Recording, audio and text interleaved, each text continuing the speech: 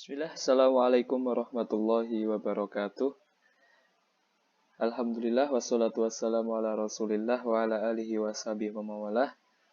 Alhamdulillah, segala puji hanya milik Allah subhanahu wa ta'ala yang telah memberikan kesempatan kita untuk mempelajari materi tentang pemikiran politik Sunni. Baik, yang saya hormati Bapak dosen Bapak Danu Aristianto, SSJ MH. Perkenalkan, saya Zaid Hasan dengan NEM 21211198 dari Prodi Hukum Ekonomi Syariah, Fakultas Syariah. Di sini, pada kesempatan kali ini kita akan membahas tentang pemikiran politik Sunni. Jadi, Sunni itu berasal dari kata sunnah. Arti sunnah sendiri secara harfiah adalah tradisi, yang mana tradisi sering kita anggap sebagai adat istiadat yang telah melembaga dalam masyarakat. Nah, sedangkan dalam pengertian syara'nya adalah tradisi yang dikerjakan oleh Rasulullah Shallallahu Alaihi Wasallam dan diteruskan oleh para salaf yang soleh. Adapun Sunni merupakan sebutan nama kelompok Muslim pendukung sunnah yang menurut terminologi syara' ahli hadis, ahli kalam, dan ahli politik. Baik, dari pemikiran politik Sunni ada 4 poin yang perlu kita ketahui.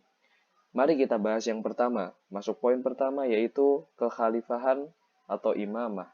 Di mana kekhalifahan atau imamah itu sendiri dalam politik Sunni pasti di situ memiliki keistimewaan dalam sifat-sifatnya yang pertama. Di mana keistimewaan sifat-sifatnya tersebut pandai dalam berbagai hal. Karena kekhalifahan, khalifah merupakan pemimpin bagi masyarakat-masyarakatnya. Dan bagaimana masyarakat-masyarakat tersebut harus tunduk dan patuh terhadap pemimpinnya tersebut, baik dalam politik maupun dalam agama. Nah, kemudian yang kedua ada keturunan. Nah, keturunan sendiri ini merupakan sebuah hal yang pasti dalam pemikiran politik Sunni itu pasti ada. Karena apa? Karena ketika kekhalifahan atau imamah ini ada, maka sebuah hukum yang mana melanjutkan dari keturunan-keturunan setelahnya. Itu. Kemudian yang kedua, ada landasan konstitusional. Landasan konstitusional sendiri itu merupakan lembaga kekhalifahan yang dianggap sebagai suatu tuntunan syariah, bukan sebagai kehendak akal manusia semata. Nah, ini merupakan landasan konstitusional, di mana nanti ada proses-proses konstitusinya. Nah, adapun proses konstitusinya, yang pertama, lembaga kekhalifahan itu diatur dengan tata cara pemilihan. Nah, namun pemilihannya tersebut itu terbatas pada kalangan dewan pemilih yang terdiri dari orang-orang dengan beberapa persyaratan tentunya sebagai berikut ini yang akan saya jelaskan. Yang pertama syaratnya adalah adil. Nah, itu harus ada. Kemudian jujur dan juga berpengetahuan luas. Ini adalah syarat yang bisa untuk memberikan hak pilih kepada khalifah. Kemudian yang kedua, ada hak untuk mengajukan pendapat, yaitu tidak hanya untuk penduduk ibu kota aja, tapi karena punya alasan yang praktis, maka secara tradisional khalifah ini dipilih di ibu kota. Nah, kemudian dibenarkan adanya pemilihan calon yang kurang memenuhi syarat meski ada calon lain yang memenuhinya. Ada pula poin yang terlepas dari proses pemilihan, di mana seorang khalifah dapat dipilih dan dilantik karena ia ditunjuk oleh khalifah yang sedang berkuasa. Dan poin terakhir yaitu sekali dipilih dan dilantik, maka khalifah telah mengikatkan diri dengan umat melalui perjanjian yang menjamin kesetiaan dan memenuhi segenap tugas dan menerima janji setia kepada Tuhan secara timbal baliknya.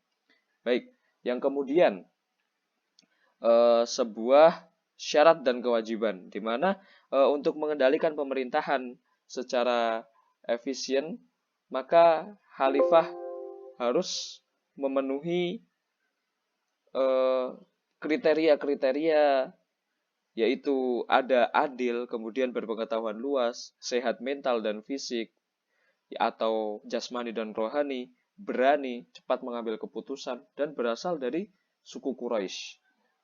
Nah, di samping itu seorang khalifah atau imamah ini sendiri disarankan juga mampu melaksanakan tugas-tugas pokoknya. Di antara tugas-tugas pokoknya sendiri, itu membela dan mempertahankan prinsip-prinsip agama, kemudian mengutamakan keadilan yang sejalan dengan syariat, kemudian memelihara hukum dan tata tertib, serta memaslahatkan kemaslahatan masyarakat. Poin yang ketiga yaitu tentang ketaatan kepada khalifah. Baik, ketaatan kepada khalifah sendiri ini ada dua, yaitu dalam hal politik dan juga dalam hal agama, di mana para pengikut Sunni ini beranggapan bahwasannya kekhalifahan ini tidak hanya dalam politik untuk ditaati, melainkan dalam agama pun juga harus ditaati. Baik, yang poin keempat selanjutnya adalah para penasihat khalifah, di mana ada sebuah ungkapan para penasihat khalifah ini yang harus ada dalam setiap permusyawarahan. Jadi setiap apapun permasalahan, harus ada musyawarah terlebih dahulu, dan para penasihat ini pun memiliki andil yang cukup besar. Nah, kemudian adanya keadilan juga. Keadilan dalam hal apapun. Maka para penasihat khalifah ini tetap ikut dilibatkan dalam penyelesaian persoalan masalah. Mungkin sekian materi yang dapat kita bahas pada kesempatan kali ini. Apabila ada salah kata ataupun tingkah laku mohon dimaafkan. Assalamualaikum warahmatullahi wabarakatuh.